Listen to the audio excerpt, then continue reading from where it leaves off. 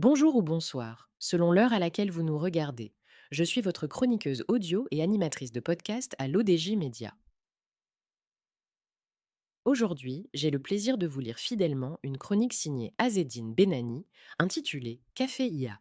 Faire de l'intelligence artificielle un bien commun pour tous les citoyens marocains, qu'on écoutera ensemble dans ce podcast, l'auteur commence son article ainsi.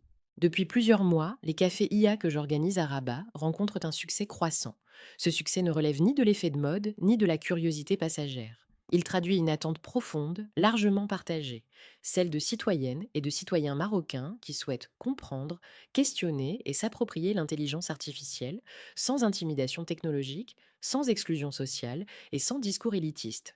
Cette initiative s'inscrit dans la continuité directe de mes travaux sur l'inclusion numérique et l'intelligence artificielle, développés notamment dans mon livre L'intelligence artificielle au Maroc, souveraineté, inclusion et transformation systémique, ainsi que dans de nombreux articles publiés dans Quid.ma, L'Opinion et ODJ.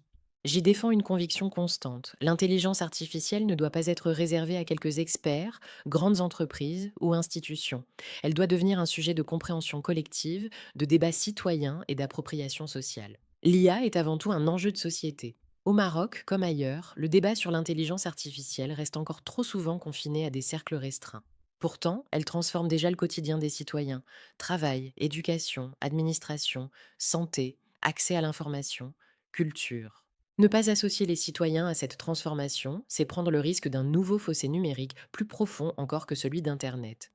Les cafés IA sont nés de cette urgence, créer des espaces de dialogue ouverts, accessibles et concrets, où chacun peut poser ses questions, exprimer ses doutes, partager ses expériences et confronter ses points de vue. Il ne s'agit ni de conférences descendantes, ni de démonstrations technologiques, mais de véritables lieux de discussion citoyenne. La vision qui sous-tend les cafés IA est claire, celle d'une intelligence artificielle frugale, sobre en ressources, adaptée aux réalités économiques, sociales et culturelles du Maroc. Une IA utile avant d'être spectaculaire, sociale avant d'être marketing. Une IA pensée pour répondre à des besoins concrets, accompagner les enseignants, soutenir les artisans et les petites entreprises, améliorer les services publics, faciliter l'accès à l'information et aux droits. Dans cette vision, aucun citoyen ne doit rester à la marge. Ni les jeunes, ni les seniors, ni les femmes, ni les habitants des territoires éloignés, ni les travailleurs du secteur informel, ni les élèves, ni les étudiants, ni les citoyens peu à l'aise avec le numérique. L'inclusion n'est pas un slogan, c'est une condition de réussite.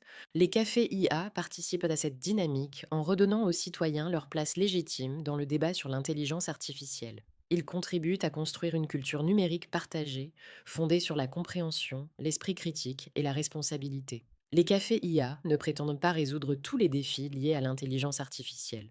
Leur ambition est plus modeste, mais essentielle, contribuer à une forme de démocratie numérique où la parole circule, où l'on explique sans simplifier à outrance, où l'on écoute autant que l'on transmet. L'intelligence artificielle peut être un facteur d'exclusion ou un levier de progrès.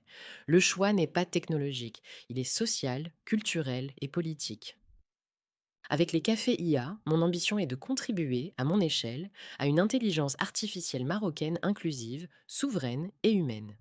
Car à l'ère du numérique et de l'intelligence artificielle, aucun citoyen ne doit rester à la marge de la transformation en cours. C'est sur ces mots d'Azedine Benani que se referme cette chronique. Merci de nous avoir suivis. Je vous donne rendez-vous très prochainement pour une nouvelle chronique audio, toujours au cœur des grands enjeux qui traversent notre société.